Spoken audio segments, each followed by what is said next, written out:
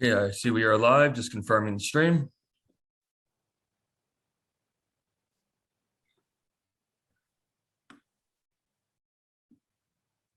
Okay, stream looks good. At this time, will sergeants please start their recordings?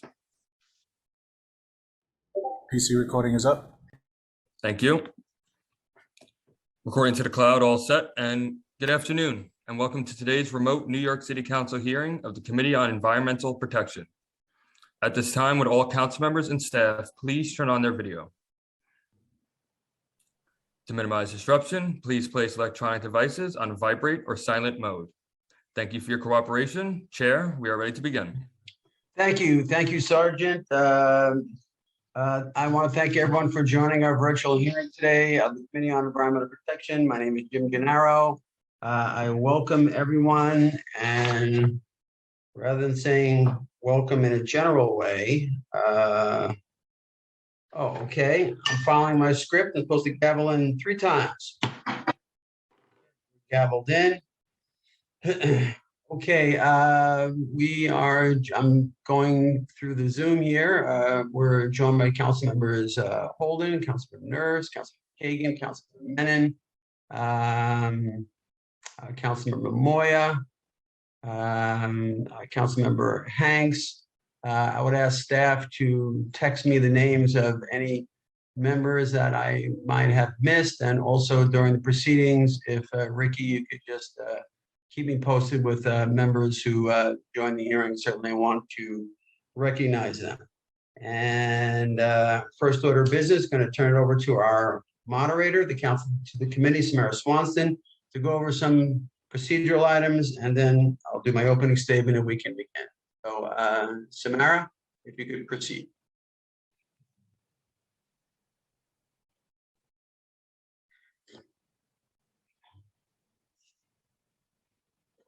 This hearing of the Environmental Protection Committee. Before we begin, I want to remind everyone that you will be on mute until you are called on to testify, when you will be unmuted by the host. I will be calling on panelists to testify. Please be aware that there could be a delay in muting and unmuting, so please be patient. Please listen for your name to be called. I will be periodically announcing who the next panelist will be. We will begin with testimony from the administration, which will be followed by testimony from members of the public. During the hearing, if council members would like to ask a question, please use the Zoom raise hand function and I will call on you in order. We will be limiting council member questions to 5 minutes, including responses. I will call on you when it is your turn to speak. During the hearing, if council members would like to ask a question, again, use the Zoom raise hand function and I'll call on you in the order that you raised your hand. And now I'd like to hand it over to Chair Gennaro for his opening statement. Thank you, Samara. I appreciate all your good work on this hearing. This is kind of a tough one to pull together. There's a lot of back and forth with staff, but I think we're in a very good place now. It's kind of a complicated issue, and okay, let me start my statement, okay? Good afternoon. I'm Jim Gennaro, Chair of the Committee on Environmental Protection. Today we'll hear Intro 470 of 2022, a local law to advance the phase out of number 4 heating oil. This bill is being put forward by myself and my co-prime sponsor, Councilmember Caban, and it's also being sponsored by Councilmember Brannan.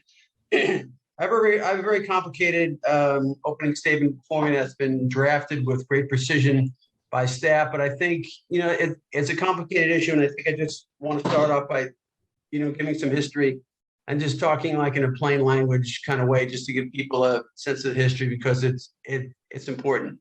You know, going back about 10 years, you know, the council really wanted to do a lot, you know, working hand in hand with the then Bloomberg administration to clean heating oil. You know, heating oil, we burn about, you know, 1 billion or so gallons of you know, heating oil per year. It, you know, produces quite a lot of quite a lot of pollution, or at least the heavier grades of heating oil. And that's what I'm going to get into now, because, and I don't want to make this a tutorial, but it's important for people to understand, where this is all coming from. Once upon a time in New York City, we have 3 grades of heating oil. We have number 2, which most people know, see the trucks driving around the neighborhoods and filling up residential tanks. And then for the huge, so that's grade number 2. Now the next grade up from that, in terms of being more heavy industrial kind of fuel, would be heating oil number 4 and heating oil number 6. Now there are really only 2 kinds of heating oils. There's 2 and there's 6. 4 is a blend of 2 and 6.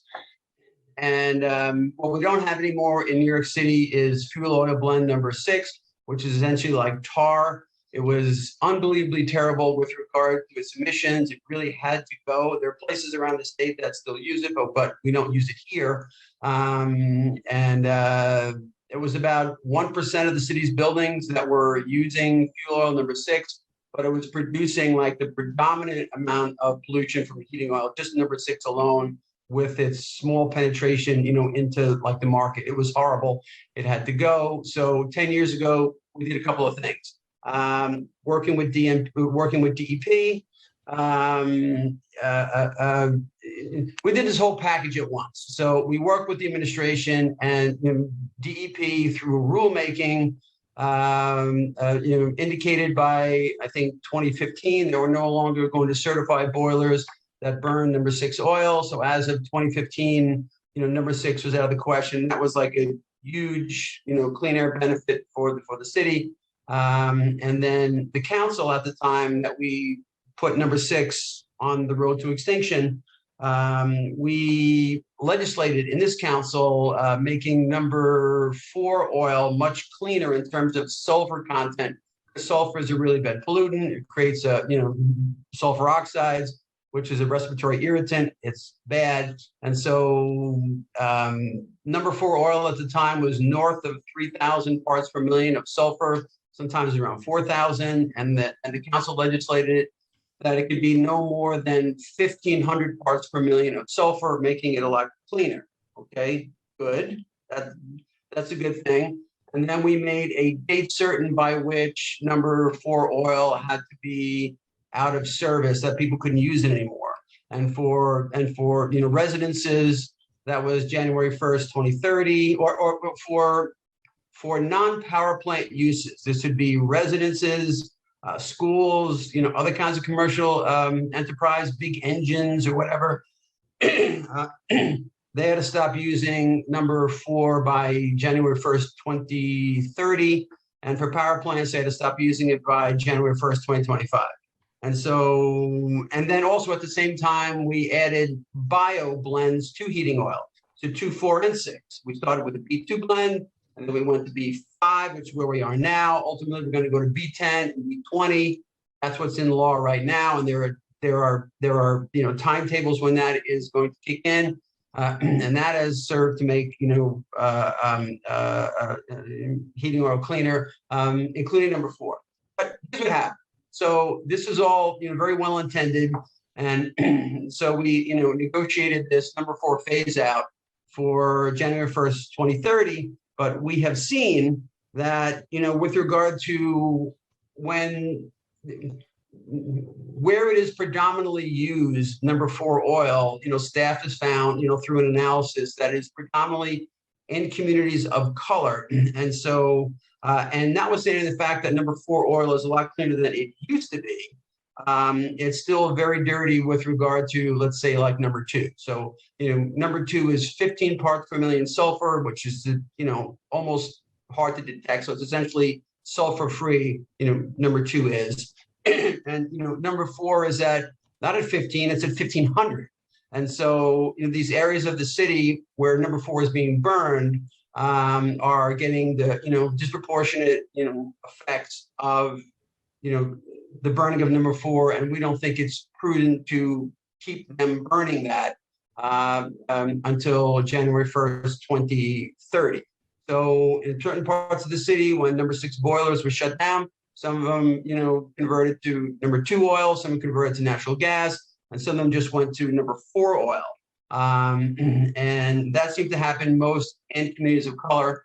And so this provides a rationale, and I think we need a significant rationale to go forward with this bill, because remember, I mean, we made a deal that people could use this stuff until January 1st, 2030, and now we're changing the deal. That's a big deal. I mean, like, we had a handshake on this, and now we're kind of going back on our word. So, for the process, for the purpose of full disclosure, this is not the way I ordinarily like to operate, but things have changed in the last 10 years, and the conversion of number 4 boiler, going from number 4 to number 2 is easier. You don't need to swap out your boiler. You do have to clean out your tank, but it's something that we think is doable, prudent, and part of what I'm going to be talking about today, and we'll hear from witnesses, is the clean air benefits that will accrue from phasing out number 4 more quickly.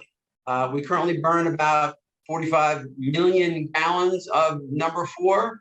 That's not a great thing.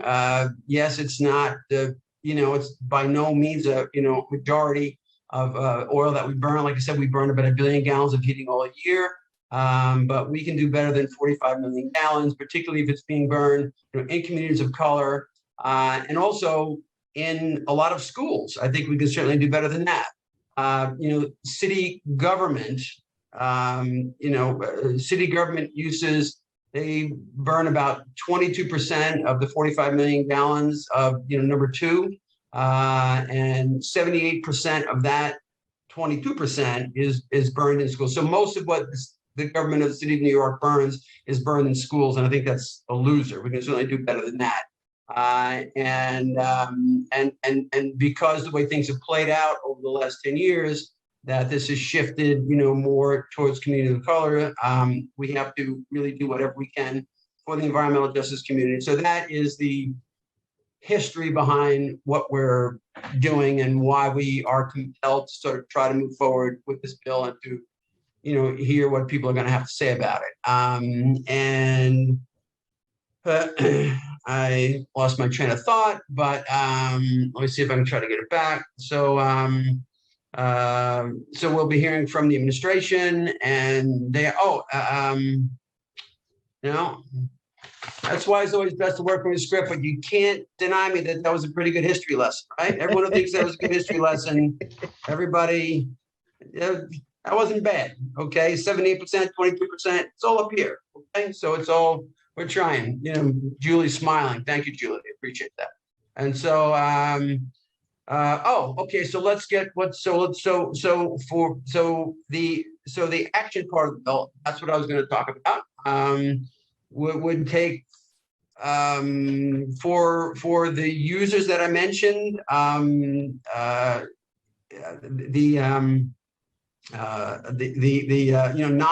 plant users of number 4 would have to phase out number 4 fuel 5 years faster.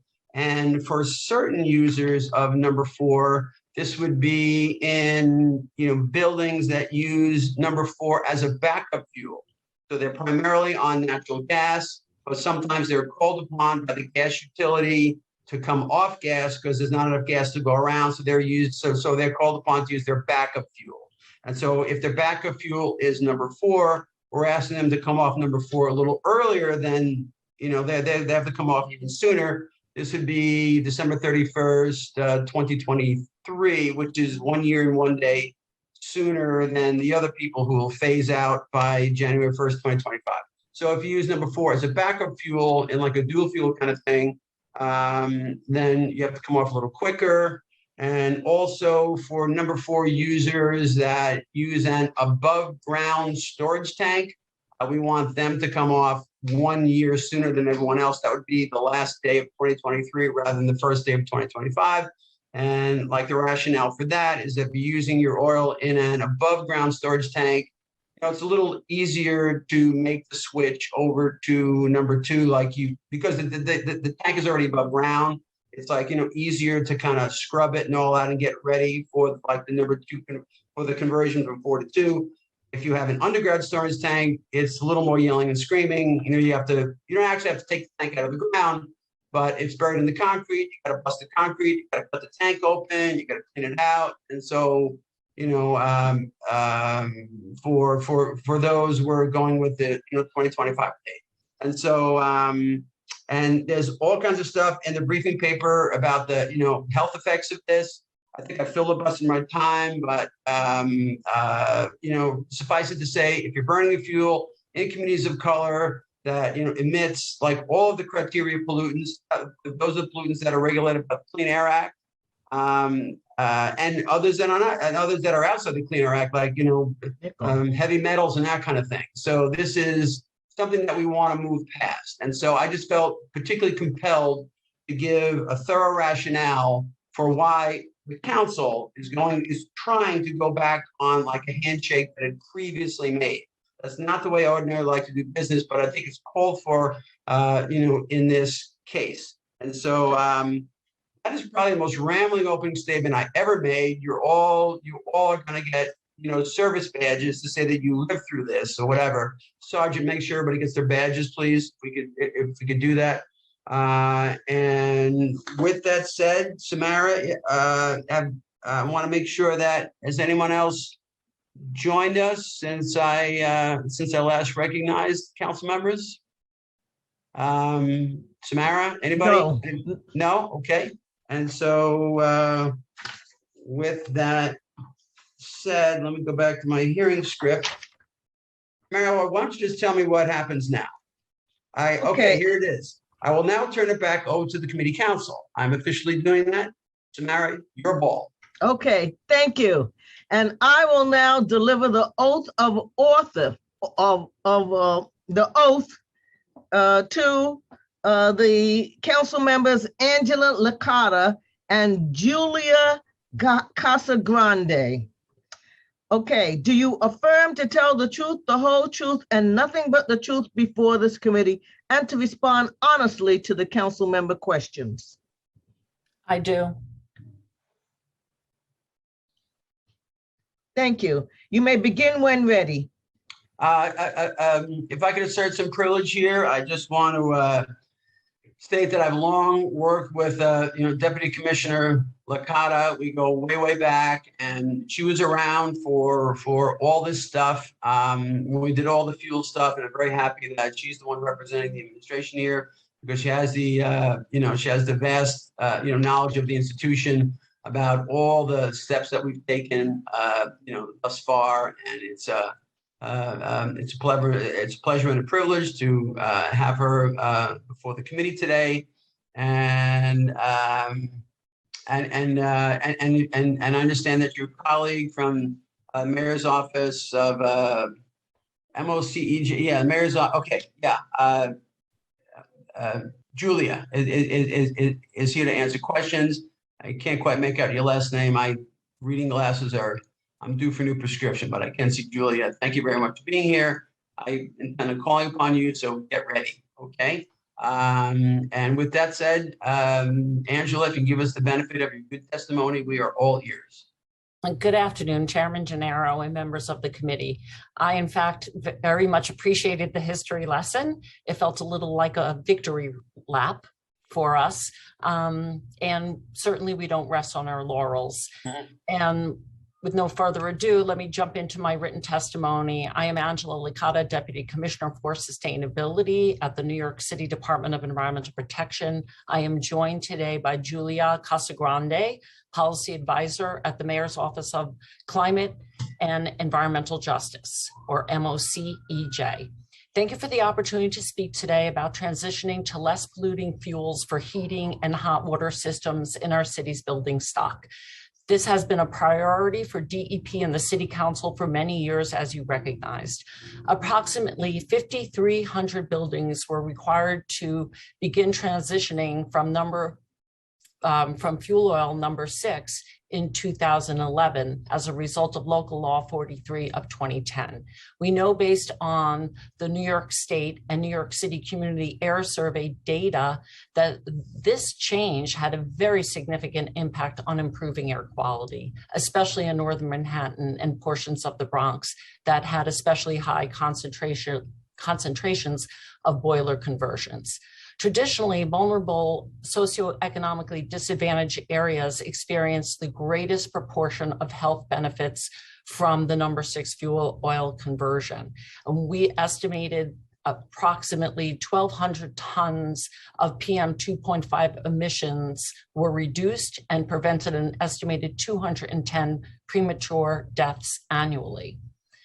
The passage of Local Law 38 of 2015 built on this progress by requiring a full phase out of fuel oil number 4 by 2030. Since 2015, approximately 1,000 boiler applicants have converted from systems that were previously using number 4 to number 2 or natural gas, all voluntarily.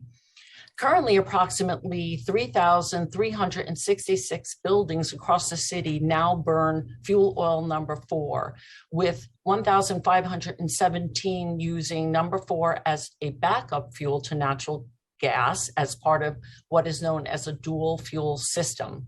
These buildings use number 4 when natural gas is at a high demand during very cold weather conditions.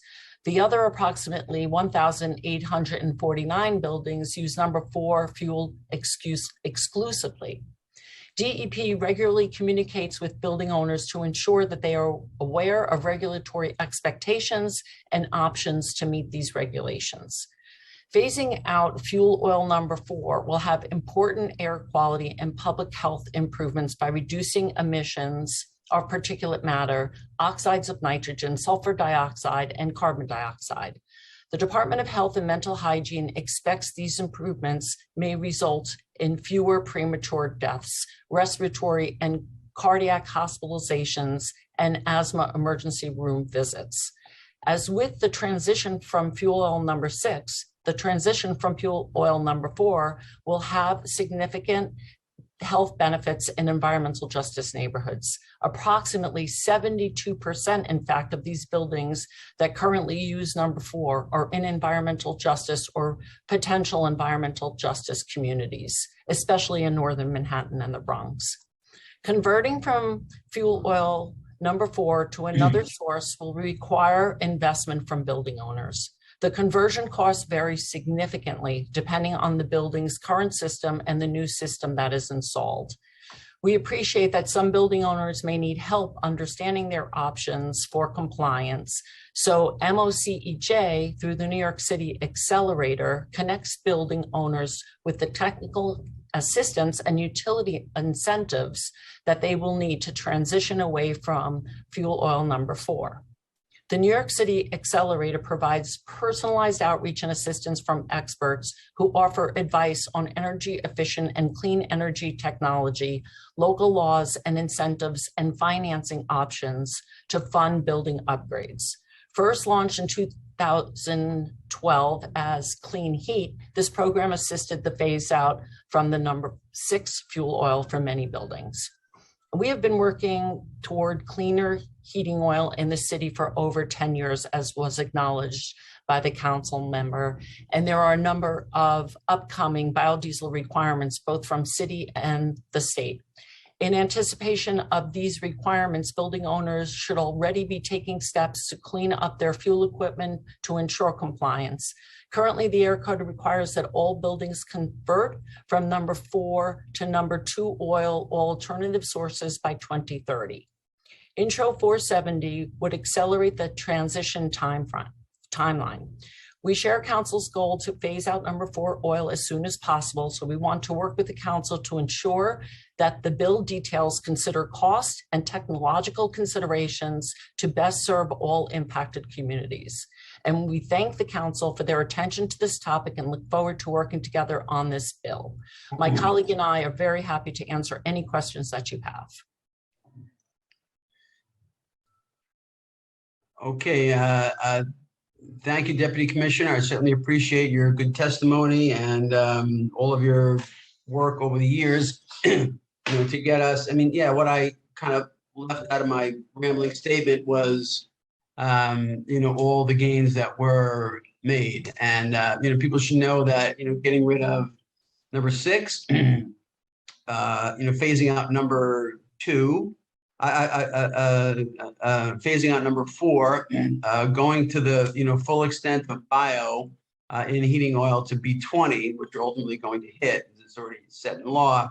And the state doing what it did to take number 2 heating oil and to make it what we call ultra low sulfur, which is 15 parts per million. All those 4 steps combined will be the equivalent of taking every car, truck, and bus off New York City streets forever. So this is number 6 alone was most of that. And so here we are.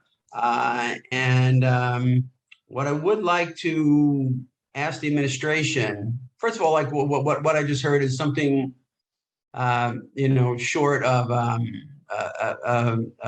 support for the bill, which is, I kind of expected that, but certainly, support for the process to work, with us, towards this worthy goal.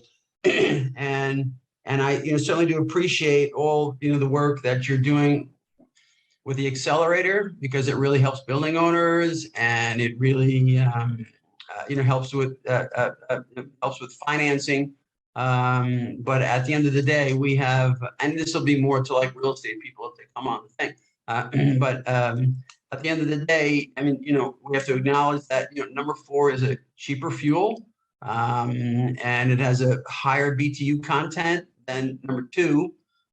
So you literally have to burn more number 2 than you would burning number 4. And so, there's kind of a built-in incentive to stay with this currently legal fuel between now and the current phase-out date, which is what we fear, that, notwithstanding all these incentives, building owners will, keep using it. That's the private sector. And then with regard to the public sector, what I kind of, my question for you, and by extension to the whole administration, we have 180 schools that are currently using this stuff, or at least, those are the numbers that I had, that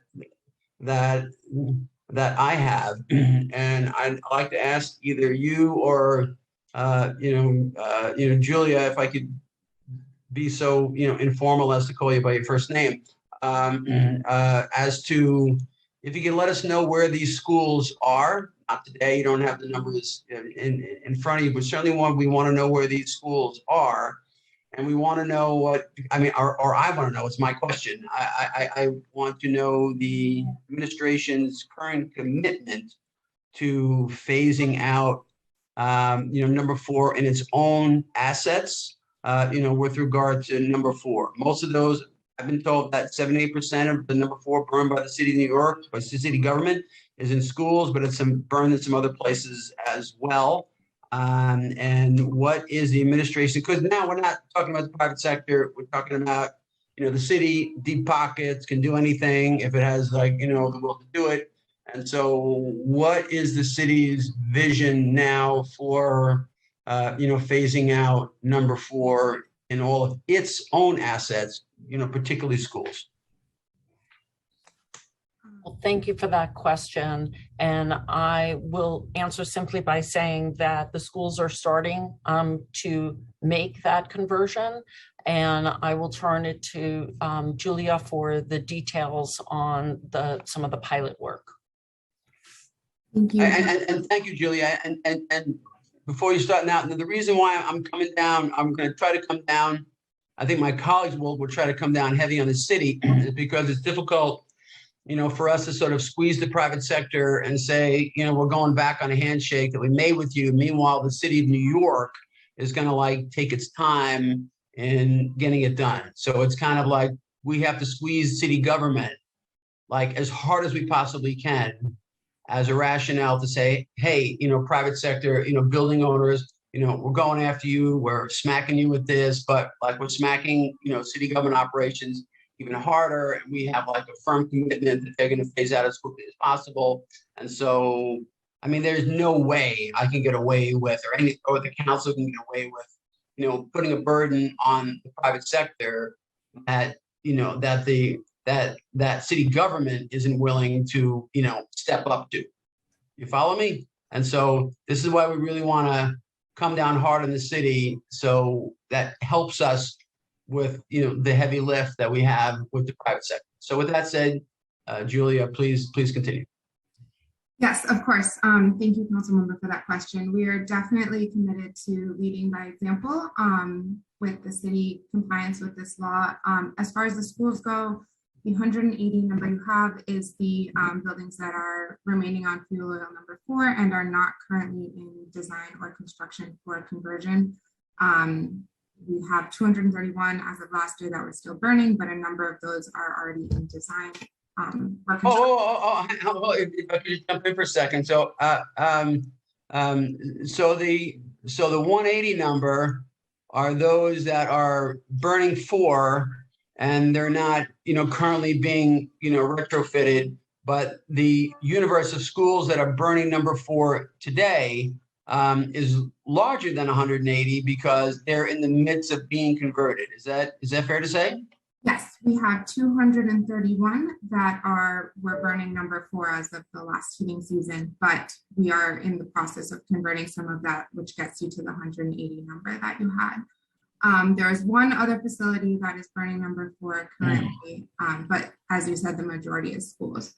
We're definitely committed to converting those as soon as possible and have been working with DCAS as well as the SDA and the Department of Education to develop a plan to do that. Let me just go over the last sentence. So you're working with, DCAS and others to develop a plan to convert all city assets that are currently on 4 to a, to number 2 or solar or whatever you're going to do, something like other than 4. And so that plan doesn't yet exist, kind of like that vision of moving city assets off number 4 doesn't yet exist. It's in development. Like, do we know when that plan is going to exist? It exists. Some of the aspects of it are being finalized, but it definitely is. Okay, well, why don't you share some of the secrets with us in terms of if this plan exists, even in draft form, you have access to it. And I'm wondering whether or not that plan was developed with a mindset to meet the January 1st, 2030 phase out. Something tells me that that's probably what it was, because everyone knows that the January 1st, 2030 phase out is in law, it's on the books, and the city has to comply. That's probably what this was geared towards, meeting the 2030 mandate. Is that fair to say? Initially, yes, but I can elaborate. There is a plan to electrify currently 5 schools in the next 2 fiscal years and $1 billion of budget in the executive budget to electrify schools by 2030. So we're looking to electrify as many schools as possible, as quickly as possible. As far as getting off number 4 fuel oil as quickly as possible, which is a separate, similar but separate issue. We are pursuing an operation and maintenance retrofit to convert to number 2 with B10, which is required by 2025, as quickly as possible and can be compliant with this law. Would it be fair to say that, and again, I don't want to create sort of like an out for the administration or an argument for them. Oh, it looks like we've been joined by Councilmember Gutierrez, right? Is that and we're also joined by Councilmember Ressler. Councilmember Gutierrez and Councilmember Ressler are now with us. And yes, hi. And I would ask that council staff, keep me posted with members as they join the hearing. So as I was saying, Julia, is it the city's contention that and I don't want to put words in your mouth, but if the city were to have to abide by a mandate of January 1st, 2025, instead of January 1st, 2030, would the administration make the argument that faster phase out of number 4 would impede the electrification of schools? Is that what I'm going to hear? No, the faster phase out would not impede the electrification of schools. Good. We're Okay. absolutely committed to. You could have used that, by the way. I'm just saying, I gave you an argument and you just like, thank you for your honesty, because I almost like gave you, an argument to like use against this, but you didn't take it. So that shows your integrity. I appreciate it. Thank you. The fuel oil for conversion to number 2 is going to be pursued via operation and maintenance, and the electrification as soon as possible via capital projects. But we are not interested in installing new fossil fuel infrastructure. Okay, let me ask the following. Let's just say this bill happens. The new date is January 1st, 2025. We're asking, many buildings, and because the, majority of number 4 users are in the private sector. And so we do this. Can the administration get this done by that date? I'll take that. Okay. Yeah. So one of the things that we have to consider is our permitting at New York City DEP for the equipment is on a triennial basis. And we would need, once we have legislation in place, about 6 months to create a rule to have these conversions in place and take place. So that puts us, I believe, at a period of time where it's maybe, let's say, January to start. January 2023. That doesn't really give us enough time. And my view, and I think others in the city share this view, is that we should probably begin this type of transition during summer months, not the heating season. Yes, I mean we've actually heard that from DEP, and I think that a July 1st date would be better than a January 1st date, because if anybody was like out of compliance and their boiler got shut off, better to shut off a boil on, July 1st than January 1st. And because, we don't want any public safety, we don't want to hurt people. So, like a little bit of cold water is, not as bad as no heat.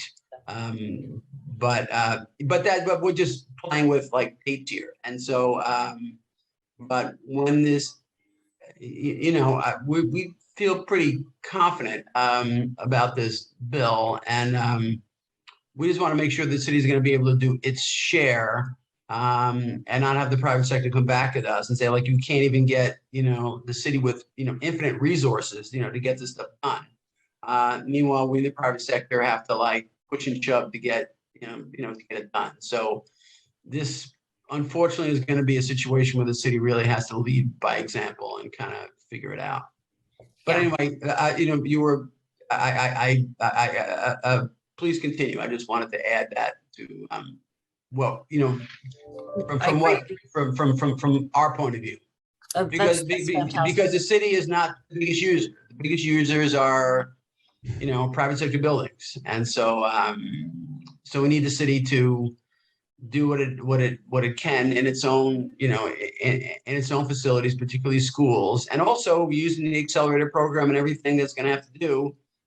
That's where you come in, Julia, to make sure everybody knows what they got to do and they can do it and they get financing and, on and on. And so, did you have anything more, Angela, on that?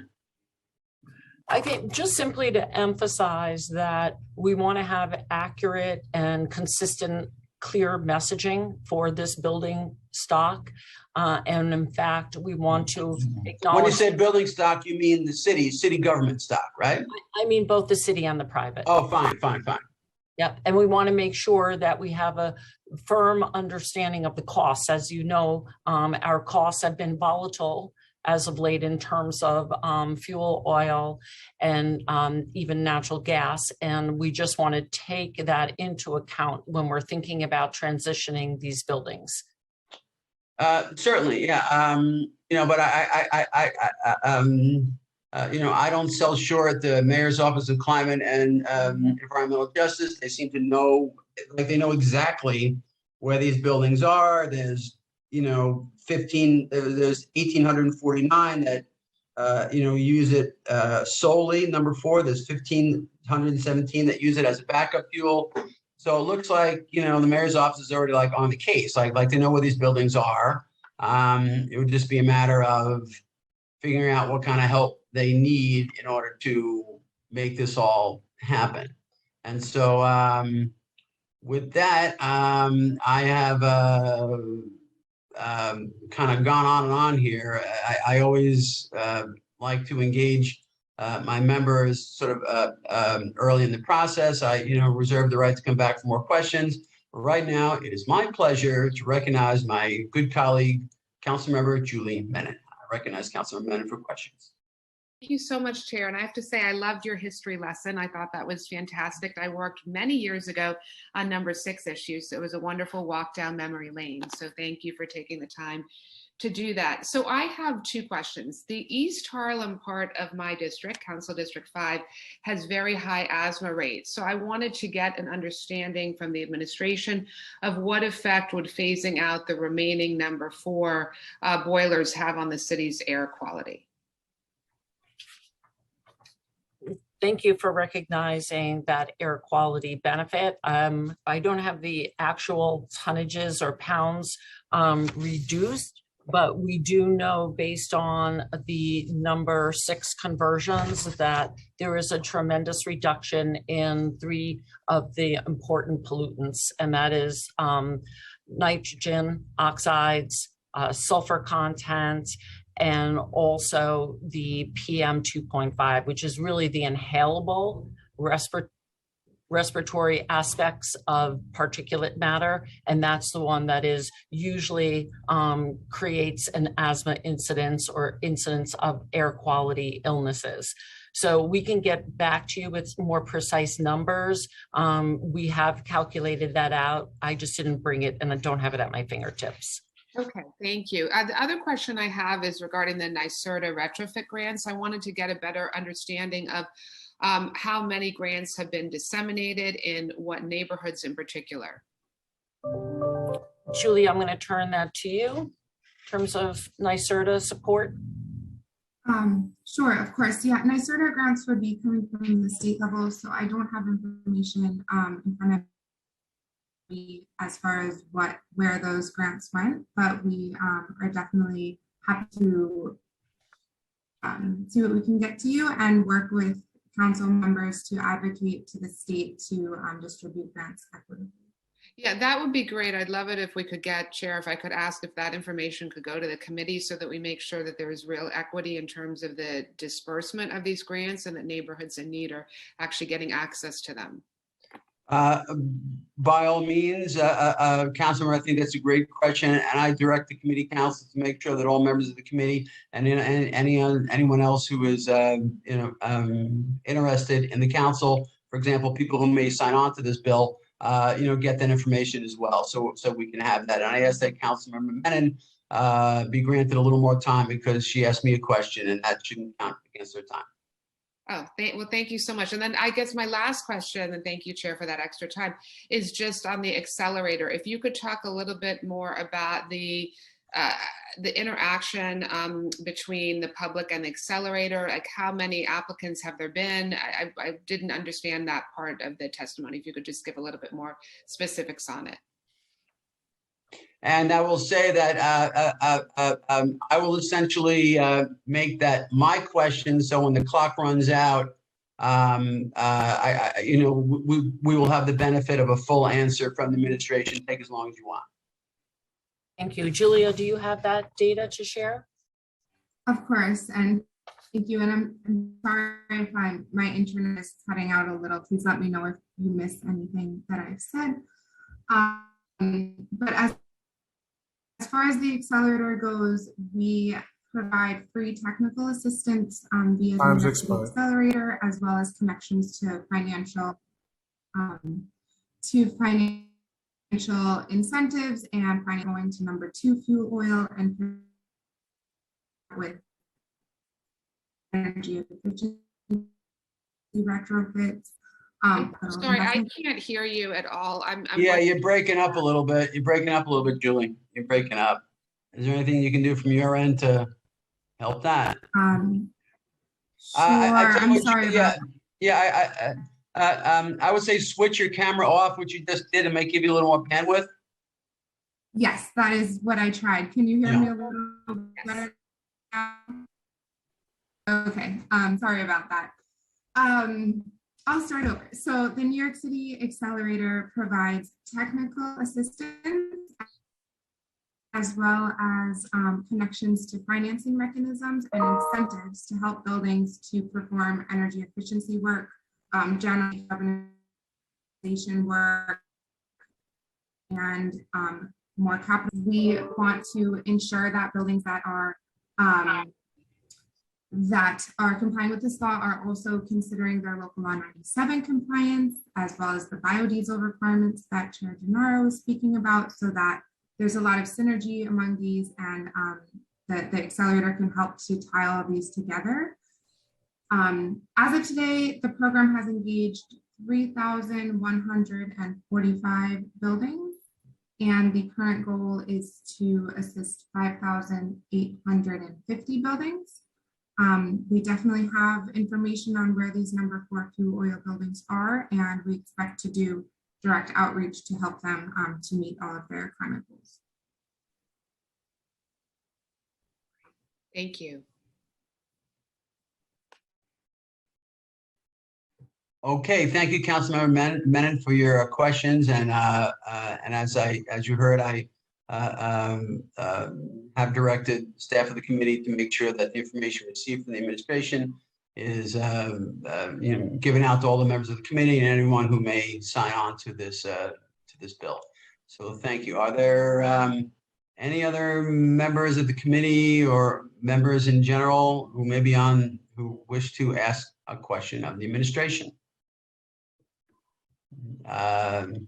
Seeing none, we'll move on to our next witness, but not without thanking Angela and Julia for their good testimony. And again, I also have to make sure people know how hard Angela has worked over the years, to make sure that we got to this good place, and we're all working together back in the day. Like, okay, who's going to do number 6? And DEP said, like, we can do that by rulemaking, but like the council had to do the cleaning of number 4. We're working with the state to get them to make 2 to go ultra low. We worked with the administration on bio, even though they came from us. So it was a good little operation that we had, and now we are reinventing that wheel. And so we certainly expect good things, and I'm certainly happy that Angela is still there, and look forward to working with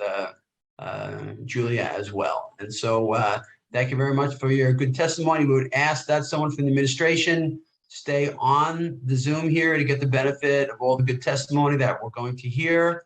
I don't know if that's going to be someone from Intergov or Julia herself or whatever, but we need to make sure someone from the administration is staying on this throughout the entirety of the hearing. Are we got a handshake on that, Angela? We do. Okay, great. Okay. Thank you very much. I'll turn it back over to Madam Moderator, who can call the next witness. Now we're going to turn to the public testimony.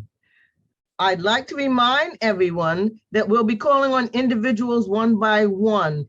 Each panelist will be given 2 minutes to speak.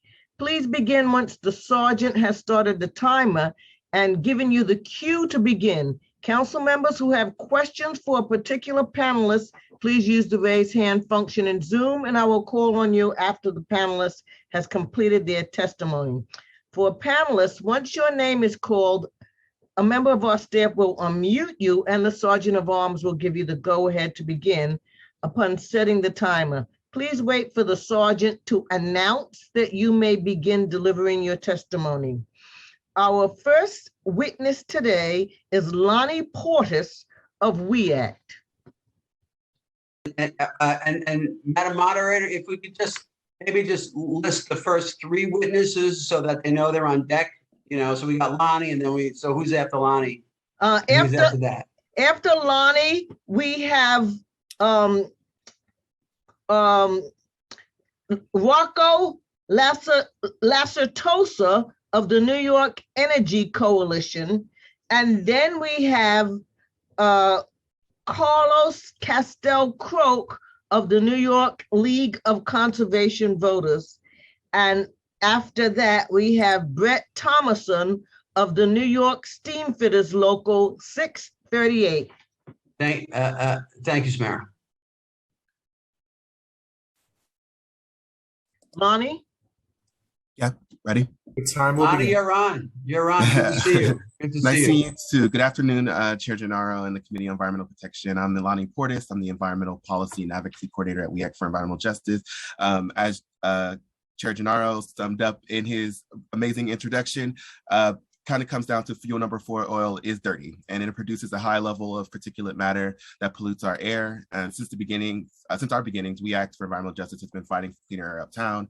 Harlem has always dealt with the poor air quality in comparison to other neighborhoods due to the disproportionate placement of bus depots, plant sanitation sites, train and truck yards, truckways creating traffic, and more.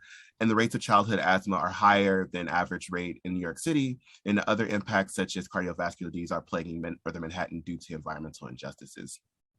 Under New York City's Clean Heat program, number 6 fuel oil was successfully banned. However, number of fuel oil is still allowed until 2030. While many buildings have phased out of this oil, buildings in lower income neighborhoods and neighborhoods of color still use number 4.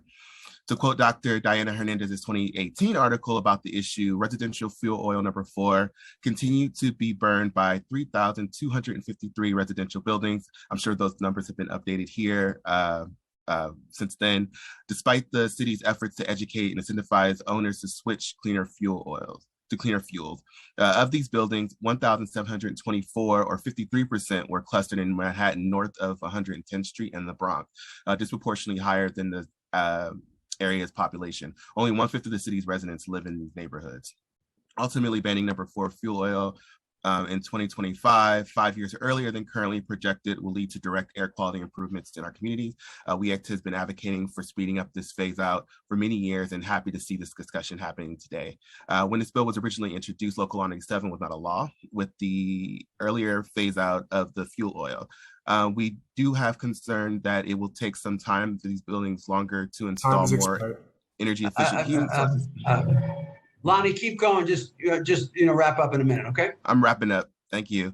To mitigate this unintended impact, it is important that the city proactively reach out to buildings who have to phase out the fuel in the system and affordably electrifying, meaning offering financing if needed, instead of switching to natural gas sources or other fuel grades. We know which buildings will have to do this phase out, and so it should be, they should be and targeted the most. So therefore, I join advocates and experts and community members to urge the city to pass introduction 0470. And thank you, Councilmember Gennaro and the Committee on Environmental Protection for holding this timely hearing on such an important matter. Thank you, Lonnie. It's always great to see you. And please give my best to Peggy and everybody at We Act. And seems like this hearing is a little bit kind of like flying under the radar. We're not having, like lots and lots of environmental advocates coming forward, but certainly, if We Act is with us, then we've got good support, and we know of We Act's ability to rally the EJ community behind this bill, and we want to work with you to do that, to get into the community, to make sure that people know that this is something that we really have to try and get done. And I know I can count on you and We Act and other like-minded organizations to help us get this over the finish line. So I really appreciate you being here, Lonnie, and and we look forward to working with you and WEACT and others to make this bill a reality. We appreciate it very much. Thank you, Lonnie. Madam Moderator, next up. Our next witness is Rocco Lassertosa from the New York State Energy Coalition. Thank you, Rocco. Good to see you. Good to see you. Thank you. It's time to begin. Thank you, Chairman Gennaro and committee members for the opportunity to testify before you today. My name is Rocco J. Lassertosa, and I serve as the Chief Executive Officer of the New York State Energy Coalition, NYCC. NYCC serves as the voice of the biodiesel and heating oil industry from Manhattan to Montauk. Today, I would like to focus my testimony on Intro 470, sponsored by Chairman Gennaro and Council members Caban, Brannan, Brewer, Joseph, and Nurse, which will require building owners to end the use of number 4 oil by December 31, 2023 for specific boilers and by January 1, 2025 for all boilers. Since 2012, NYCC has worked tirelessly with our state and local partners to ensure that a cleaner and more renewable liquid fuel was being used in buildings throughout New York City and state.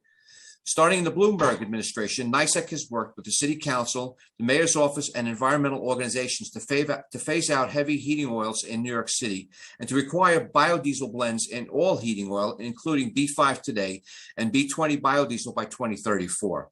The industry has invested tens of millions of dollars in infrastructure in New York to ensure that there is a larger and more accessible supply of biodiesel for New York customers. I would like to publicly thank Chairman Gennaro for his leadership on this issue. We would not have made the tremendous gains in air quality in this city without your expertise and leadership a decade ago, and we support you today. This year marks 10 years since you set out to create a cleaner and more sustainable heating fuel, and I am pleased to say that those efforts have resulted in the removal of nearly 500 million gallons of petroleum from the market. We continue to push forward, with many members going well beyond the required biodiesel blend, selling customers B20 and even B50. It is truly an exciting time for our industry. Similarly, we worked with Chairman Gennaro and the former and current sustainability czar, Rohit Agrawala, on phasing out number 4 and number 6 oil in New York City. We are equally proud of that achievement. Our industry's future is in clean, ultra-low sulfur heating fuel blended with higher blends of biodiesel, so we're happy to phase out the heavy fuel oils. We agreed to a time schedule reflected in current law. Please wrap up, Rocco. Sure. But, you know, Which dictated. It's okay, but just kind of finish your thoughts. Will do. Which dictated 6 oil be phased out by 2015 and that number 4 be phased out by 2030. The bill, Intro 470, would accelerate the already codified timeline by 5 years. NYCC is committed to a cleaner energy future and remains committed to an accelerated phase out of number 4 heating oil. Our only request is that the City Council coordinate its efforts to the extent possible with the New York State legislator for a consistent and reasonable timeline. We look forward to discussing this legislation further with the council. Thank you. Thank you, Rocco. Always good to hear from you, and always good to work with your industry to green heating oils. We've gone from 6 to the old 4 to the cleaner 1500 ppm sulfur 4 to number 2 going from full sulfur to ultra low. I know there are a lot of things going on in the in your industry to ultimately go to carbon zero heating oils, and so this is a testament to to your members' commitment to green their product. But I'm grateful to hear from those that sell the oil, which is your members, that they are that this is something that they are on board with, just like anyone else in this mix. Want to make sure it's done in a way that kind of makes sense for your members. Can you tell me a little bit about what's going on in the state and the ability and what's going on there? Because you mentioned some sort of reconciliation between what we're doing here and what we're offering. If you can tell us about that. Correct. Yeah. The Senate had passed a bill to phase out number 4 oil by 2027. It didn't pass. It died in the assembly. And the question there, or the concern there, was costs that the assembly staff brought up, potential costs to consumers and so on. Let me just stop you there for a second. Sure. So I'm going to take a guess and say that I certainly don't speak for the assembly, but when they say cost, were they talking about if private buildings that are currently burning number 4 go to more expensive number 2, then the increased costs that we borne by landlords will get transferred to tenants? Was that what that was about? Do you have any sense of that? It was more a sense that first that the cost of conversion was one of the things that they brought up in terms of cleaning tanks and adjusting burners and so forth. Right. That was one of the main issues. So we would like to see some coordination there between the state and the city.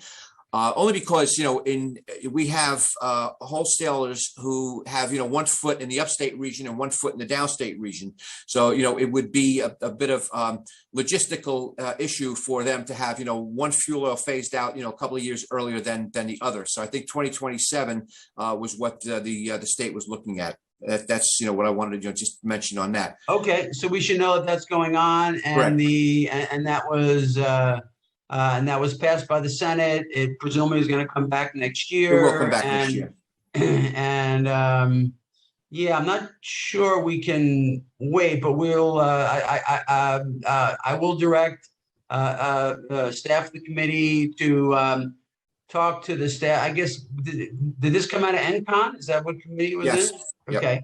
Okay. So if I want to direct staff to talk to the Senate. NCON committee, which I guess is Kaminsky, but he's not running again, right? Correct. And then Engelbrecht. Paulin. Engelbrecht. Actually, Paulin had the bill in the assembly. Right, but it's I mean, I go back with Steve 45 years, so it would be his guy, I guess. Steve List. Steve List. And so if I could direct staff of the committee and my own LD Nabby to reach out to the NCON committee and the Senate and the Assembly and just kind of like find out what's going on. That would be good information to have. Okay. So could I mention one more thing, Councilman? Sure. I referenced in my testimony B20 and B50. We are actually two of the biggest burner manufacturers in the industry. Beckett and Carlin are right now ramping up to produce B100 burners, and they will have them in production by the end of the year. In other words, a B100 burner would eliminate petroleum completely and burn biodiesel exclusively. We have a laboratory out in Plainview, Long Island, that we are doing numerous tests. That's the thing. You got a guy from Brookhaven National Laboratory. That's right. Yes, Dr. Tom Butcher is works for us now, and he has 2 engineers who are working on different aspects of blending and also equipment to burn at these higher blends. We've had a lot of successful work done on this. So I just wanted to mention that we are moving even higher, and we want to see the fact that we want to do everything we can to help cleaning up and reducing emissions in New York City and New York State. Thank you, Rocco, and it is kind of refreshing and a little surprising that the oil heat industry is like actually one step ahead of us. It's not like we're pulling you, like you're pulling us. And so we've been at it for a long time. We certainly appreciate your commitment to a green future, and we thank you and your good industry for all your work and for your support of what we're trying to do here today. Thank you. Appreciate the opportunity today. Okay, thank you. Is there anyone else that wishes to ask Rocco? We're friends. I just call him Rocco. That's Anyone fine. else? Anyone else who change my thing to gallery? Okay, I don't see any other questions for Rocco. Rocco, I thank you very much. Best to Linda, and we'll proceed to the next witness. Our next witness is Carlos Castell-Croak from New York League of Conservation Voters. Your time will begin. Thank you. Good afternoon, everyone. My name is Carlos Castel-Croak. I'm the Associate for New York City Programs at the New York League of Conservation Voters. NYLCV represents over 30,000 members in New York City, and we are committed to advancing a sustainability agenda that will make our people, our neighborhoods, and our economy healthier and more resilient.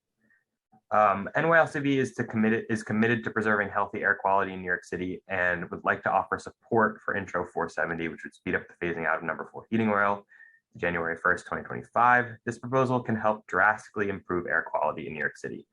Although number 6 heating oil was phased out of 6,000 buildings by the end of 2015 as part of the New York City Clean Heat Program, other buildings all around New York City are still burning number 4, which releases large volumes of fine particulate matter in the air.